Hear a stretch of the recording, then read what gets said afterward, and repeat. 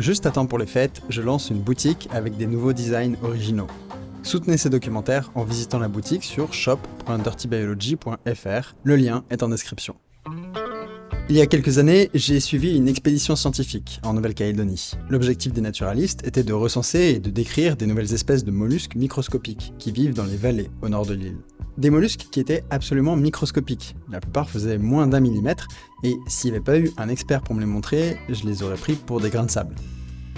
L'habitat de ces mollusques est menacé par l'exploitation minière qui est extrêmement importante pour l'économie de l'île, et les chercheurs sont dans une course contre la montre pour réussir à décrire toutes ces espèces avant qu'elles ne disparaissent. C'est un peu l'équivalent d'essayer de sauver des livres dans une bibliothèque en feu. La découverte de nouvelles espèces est un sujet fascinant, mais c'est pas du tout de ça dont on va parler aujourd'hui. En fait, ce qui m'a vraiment le plus frappé sur place, c'est que les biologistes, les mollusques microscopiques, les machines industrielles gigantesques, et nous, en tant que consommateurs, sommes tous les protagonistes d'un dilemme moral très complexe. Mais avant de rentrer dans le détail, j'aimerais d'abord tester votre éthique avec un petit conte de fées.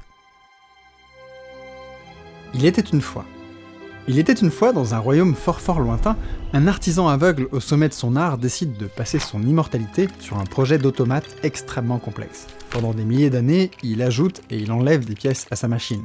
Il en raffine les détails. Des millions d'années passent et, tandis qu'il est toujours au travail, le pays autour de son atelier change graduellement. Des chaînes de montagnes apparaissent et s'érodent. Son pays se sépare du continent et devient une île. Et pendant tout ce temps, l'artisan raffine son œuvre et en perfectionne patiemment les mécanismes. Le jour où l'artisan déclare l'automate achevé, le gouvernement local visite son atelier et lui dit « Alors, on est super désolé, mais on s'est rendu compte que l'automate est placé exactement au-dessus d'un filon d'une substance magique qui permettrait de traiter des enfants cancéreux et dont l'exploitation pourrait rendre tous les villageois un peu plus riches, ce qui ferait pas de mal dans ces temps économiques difficiles. » L'artisan ne peut absolument pas déplacer sa création monumentale, elle est vraiment monumentale, et l'ouverture d'une mine la détruirait automatiquement, sans autre alternative. Les deux parties en conflit viennent vous demander conseil. En tant qu'arbitre de ce litige, est-ce que vous privilégiez l'exploitation de minerais miraculeux, ou est-ce que vous préférez protéger cette œuvre qui aura mis des millions d'années à aboutir ? Notez votre choix quelque part, pourquoi pas en commentaire. Il est possible que vous changiez d'avis plusieurs fois au cours de cet épisode. Vous l'avez déjà deviné, je pense, ce conte de fées est une métaphore pas très subtile de la situation très réelle dont je vais vous parler aujourd'hui. C'est que ces escargots microscopiques et ces mines gigantesques sont un parfait exemple d'une expérience de pensée extrêmement populaire en philosophie, et je pense que vous en avez déjà entendu parler.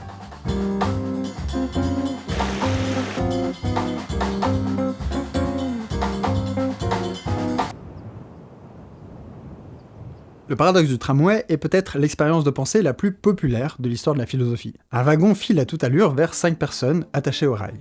Vous tenez un levier qui peut dévier le train sur une autre voie où une seule personne est attachée. Par un simple mouvement du poignet, est-ce que vous sauvez 5 personnes au détriment d'une seule ? Le dilemme est souvent attribué à Philippa Foot en 1967, mais ce genre de problème faisait partie de la conscience populaire bien avant.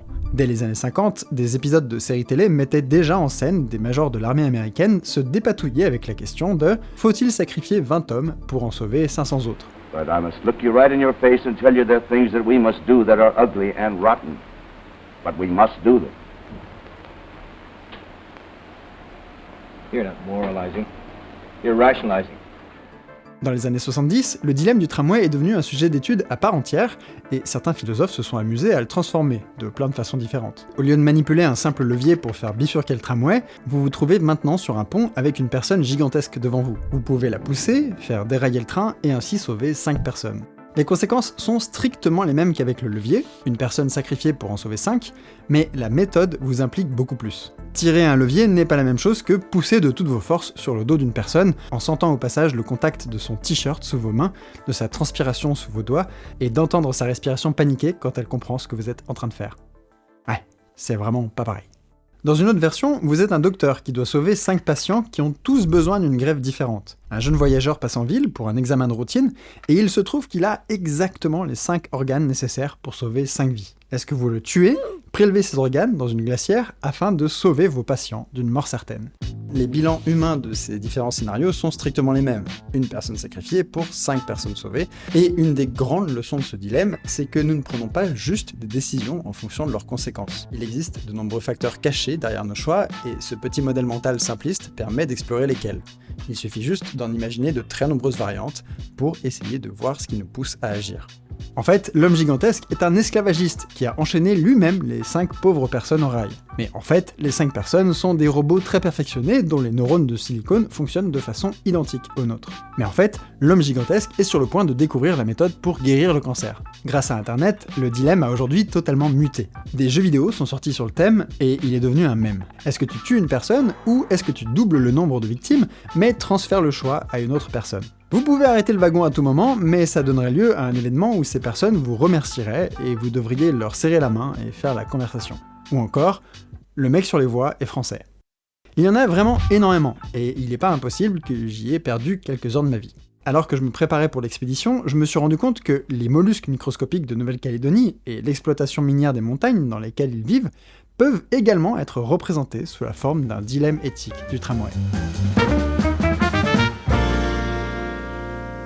La protection de la nature est une question d'allocation de ressources. Le temps et l'argent ne sont pas infinis, et il faut en permanence décider s'il faut investir des ressources pour protéger tel ou tel écosystème, ou telle espèce. Et parfois, ces choix sont des dilemmes éthiques assez épineux. Prenons un des exemples les plus choquants pour bien se mettre en jambe, la chasse au trophée. L'idée est simple. Quand la chasse de quelques individus d'une espèce charismatique est autorisée, cela peut générer des fonds destinés à la conservation de tous les autres animaux du coin. Par exemple, le rhinocéros noir est une espèce en danger critique d'extinction. Et pourtant, en 2015, un individu est abattu par un riche chasseur en Namibie. Le tir est totalement légal. Le gouvernement a vendu le permis aux enchères pour 350 000 $, et les fonds sont immédiatement versés à un fonds de protection de la nature en Namibie. C'est peut-être choquant, mais une étude a montré que si ce type de chasse disparaissait, la faune sauvage en subirait largement les conséquences. Il y a 10 ans, la chasse au trophée générait plus de 200 millions d'euros de revenus en Afrique australe, généralement dans des ranchs privés, dont la surface cumulée est dans les mêmes ordres de grandeur que les parcs nationaux. Cet argent ne pourrait absolument pas apparaître autrement, surtout pas dans les pays de cette région plutôt pauvre, et ce sont ces animaux sacrifiés qui permettent de lever les fonds nécessaires pour combattre le braconnage et protéger beaucoup plus d'animaux. Il y a des milliers et des milliers de situations comparables avec lesquelles des biologistes bien intentionnés se débattent, tant bien que mal. Faut-il faire une campagne d'abattage massive pour éliminer une chouette dont le seul tort est d'avoir une population trop dynamique, juste pour protéger une chouette locale ? Faut-il éliminer les lamproies marines en Amérique, où elles sont invasives, alors qu'elles sont menacées dans leur environnement d'origine ? Faut-il procéder à des battues pour tuer les animaux porteurs de parasites qui pourraient contaminer toute une population ? Protéger la nature n'est pas simple. En réalité, ça ressemble plus à un casse-tête moral où chaque option est brutale et implique potentiellement la mort de milliers ou millions d'individus. Mais quand bien même, la plupart de ces décisions n'impliquent que le sacrifice d'une partie d'une population entière. Le cas qui nous intéresse aujourd'hui concerne la disparition de toute une espèce.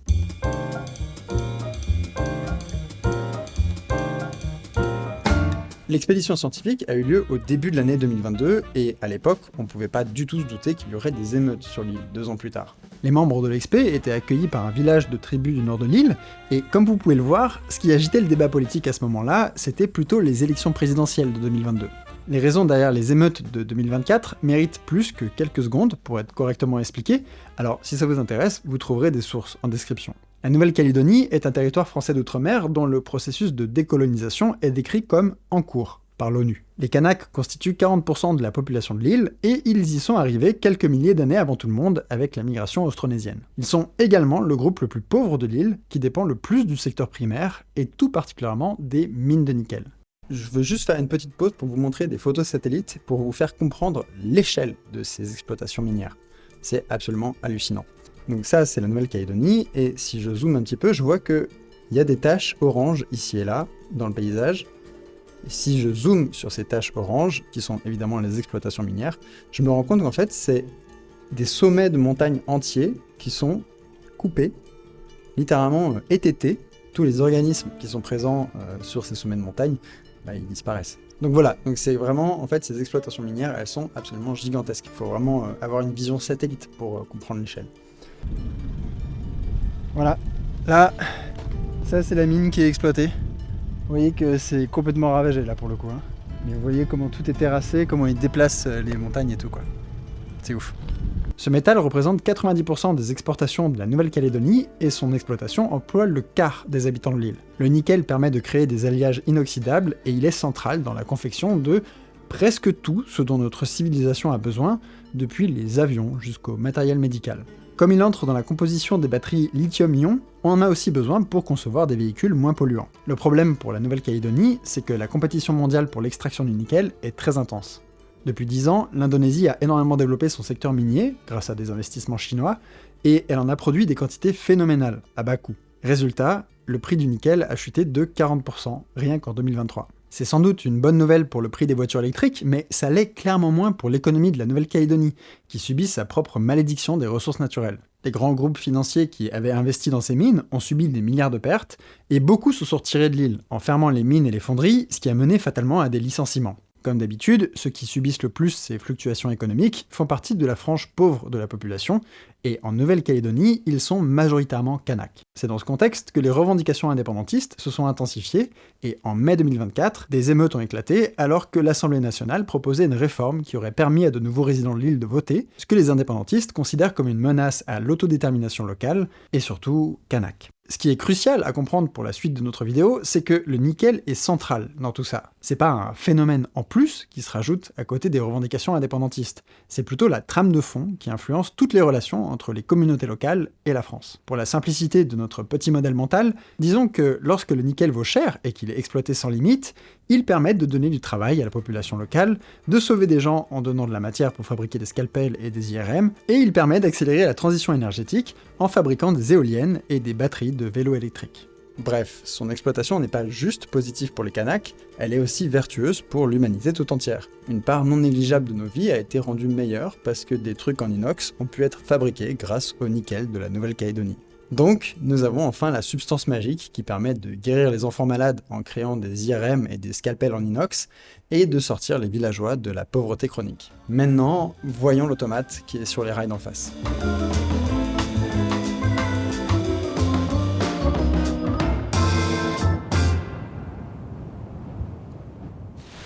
Une des caractéristiques importantes de la Nouvelle-Calédonie, c'est qu'il y a beaucoup de micro-endémismes. Donc ça veut dire que dans certaines vallées, tu auras des espèces différentes de la vallée d'à côté, par exemple. Et ça, c'est dû à la conformation géologique de l'île, qui est très très découpée. Il y a une énorme hétérogénéité en fait dans le type de sol. Et du coup, ça fait qu'il y a plein d'espèces qui sont adaptées à un milieu tout petit. Ce que recherchent ces chercheurs là, ces naturalistes, c'est du coup ces espèces qui sont adaptées à ces milieux-là spécifiques. Comme sur toutes les îles situées à des milliers de kilomètres des continents, les espèces de Nouvelle-Calédonie ont évolué en vase clos pendant des millions d'années.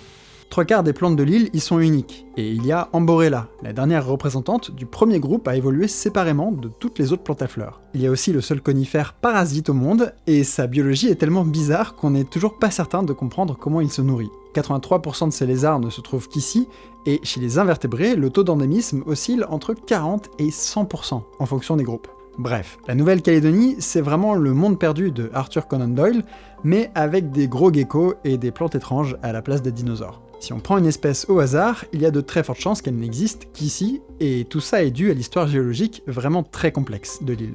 Il y a environ 50 millions d'années, la convergence entre les plaques tectoniques australiennes et pacifiques provoque un phénomène appelé l'obduction.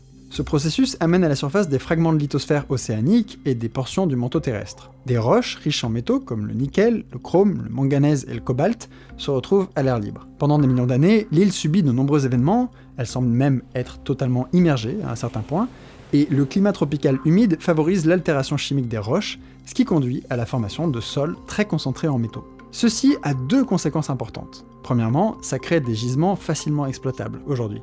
Et deuxièmement, ça crée des sols très toxiques pour la vie locale.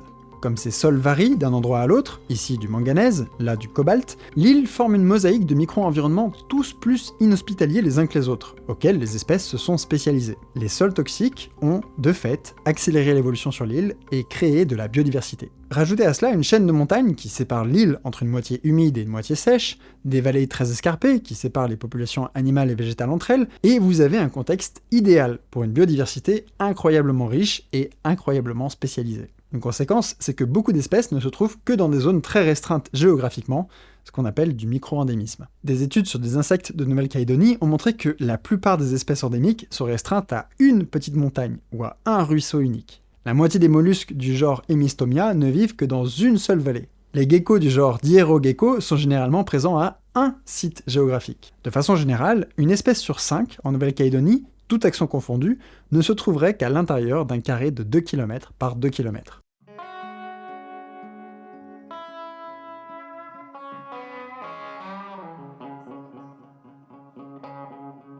Les mollusques microscopiques, qui sont étudiés par ces chercheurs, sont en général présents dans une seule vallée. Et ces vallées uniques sont aussi là où sont installées les mines de nickel.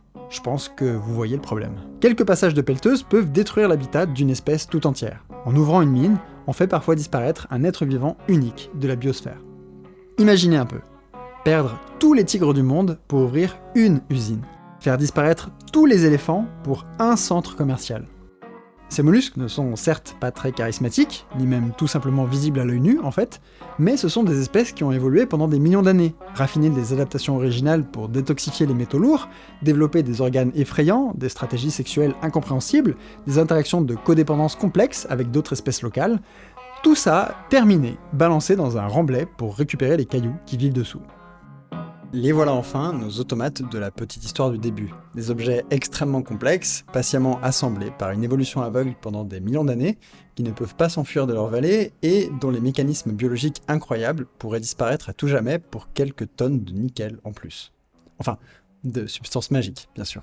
Nous avons la deuxième pièce de notre dilemme éthique, il est maintenant temps de faire bouger le tramway. Un tramway file à toute allure sur un mollusque microscopique qui n'existe que dans une petite vallée au bout du monde. Vous avez un levier qui permet de rediriger le wagon sur une mine, dont la destruction rendra les villageois plus pauvres et plus malheureux, et ralentira le développement technologique et économique de l'humanité de façon générale. Que faites-vous ? Et surtout, quel est le choix le plus moral ? Je dois vous avouer un truc, j'en ai pas la moindre idée. Mon plan initial était de vous raconter la petite histoire, de vous faire prendre parti pour l'automate, puis de vous faire prendre parti pour l'exploitation minière et les canaques, puis de vous faire prendre parti pour les mollusques microscopiques qui ne peuvent pas s'enfuir de leur vallée, et finir en vous disant « Hé, vous avez vu ?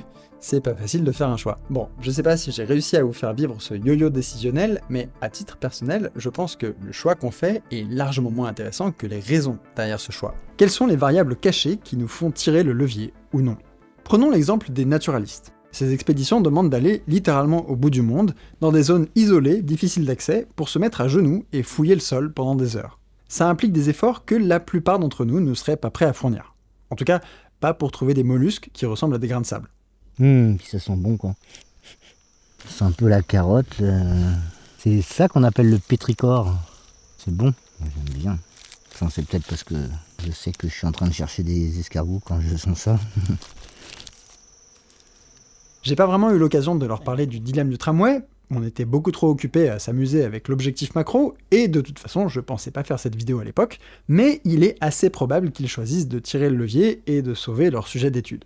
On nous voit tout simplement pas ce que eux voient. Il faut des années d'études pour percevoir la beauté de ces organismes, ou ressentir une satisfaction intellectuelle à comprendre les adaptations biologiques qu'ils possèdent. Bref, avoir une connexion émotionnelle à ces petits mollusques n'est pas donné à tout le monde.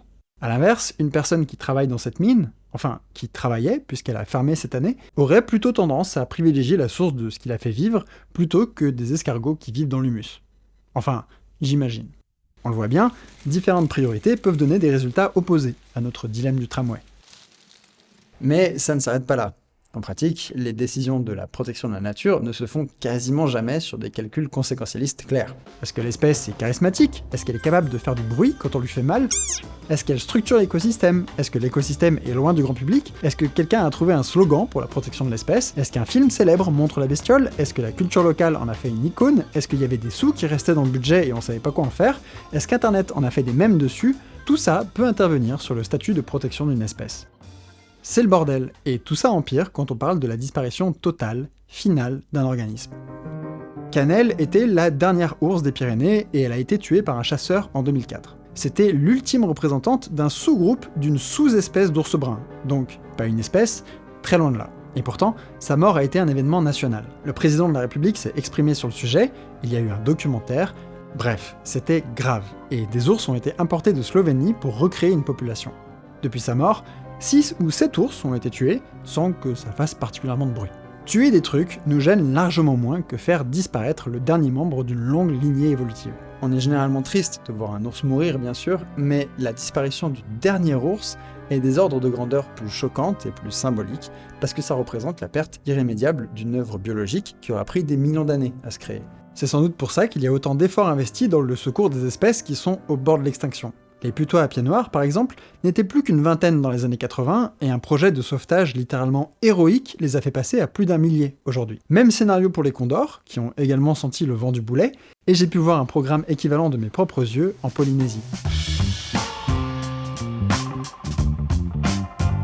Sur l'île très isolée de Fatouiva, il y a des années de ça, j'ai rencontré les 2 biologistes qui étaient chargés de protéger le monarque de Fatouiva, un oiseau polynésien dont il ne reste plus que 19 individus. Le fond de vallée où ces oiseaux sont réfugiés est totalement protégé des chats du village, et des filets sont installés sous les nids au cas où les oisillons tomberaient. Depuis ma visite sur l'île, ils ont même installé un incubateur artificiel et une volière pour tenter d'améliorer les chances de survie de l'espèce.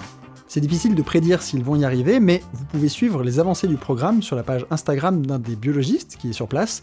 En plus, il fait des photos incroyables. Bref, l'extinction finale, définitive d'un organisme a une valeur en plus. C'est peut-être notre amour pour le patrimoine ou notre culpabilité d'avoir déjà envoyé beaucoup trop d'espèces dans les archives du vivant, et tout ça a un impact énorme sur notre façon d'y réfléchir.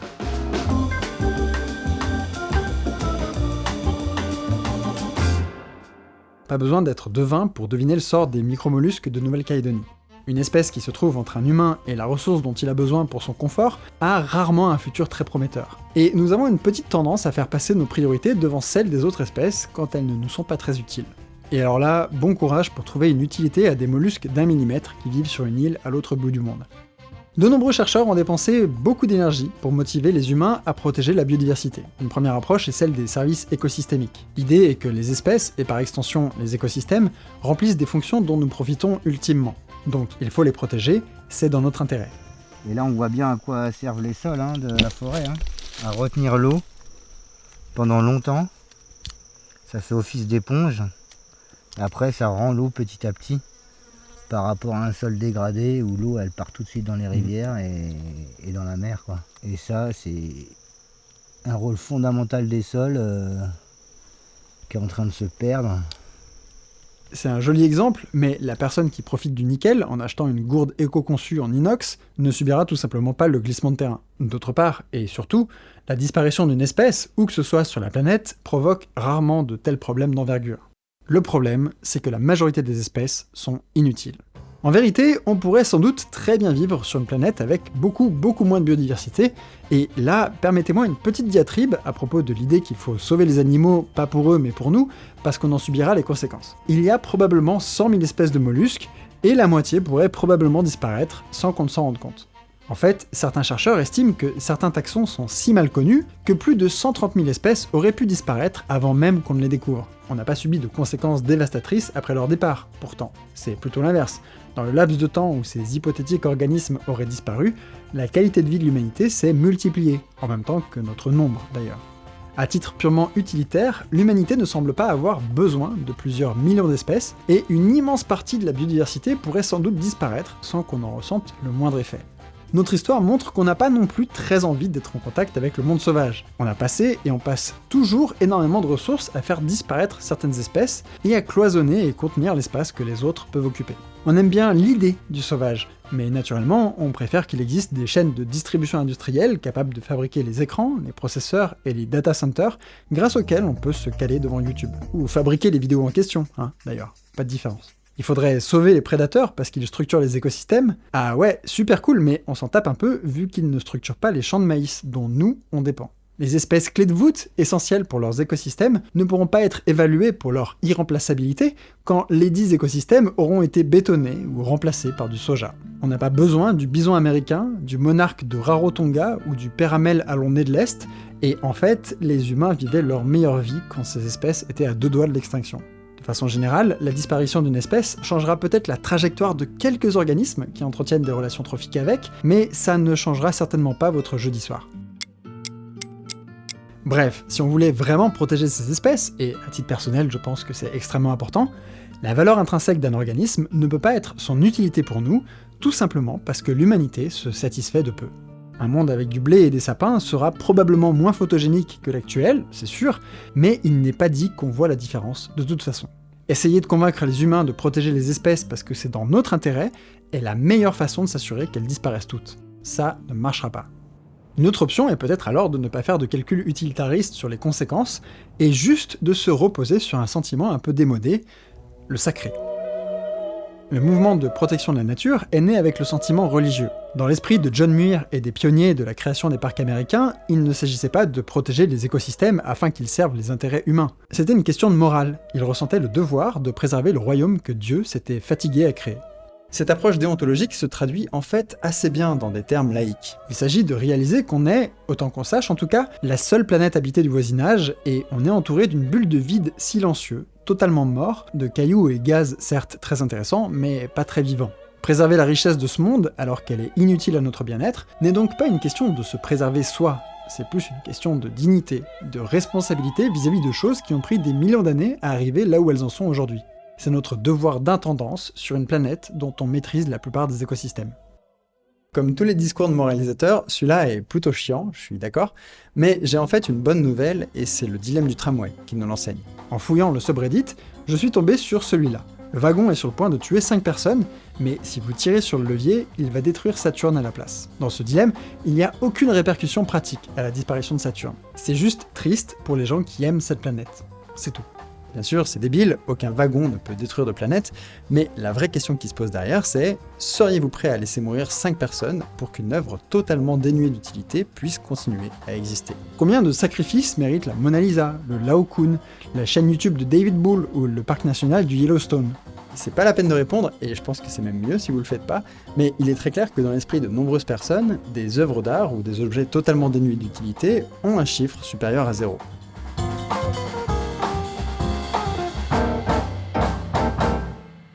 Les Monuments Men étaient un groupe de spécialistes d'art mobilisés pendant la Seconde Guerre mondiale pour retrouver et protéger les œuvres d'art volées par les nazis. Ces hommes et femmes se rendaient en zone de guerre et risquaient leur vie sous les bombardements parce qu'ils croyaient sincèrement que le patrimoine culturel était essentiel à l'humanité, qu'il était, en quelque sorte, sacré.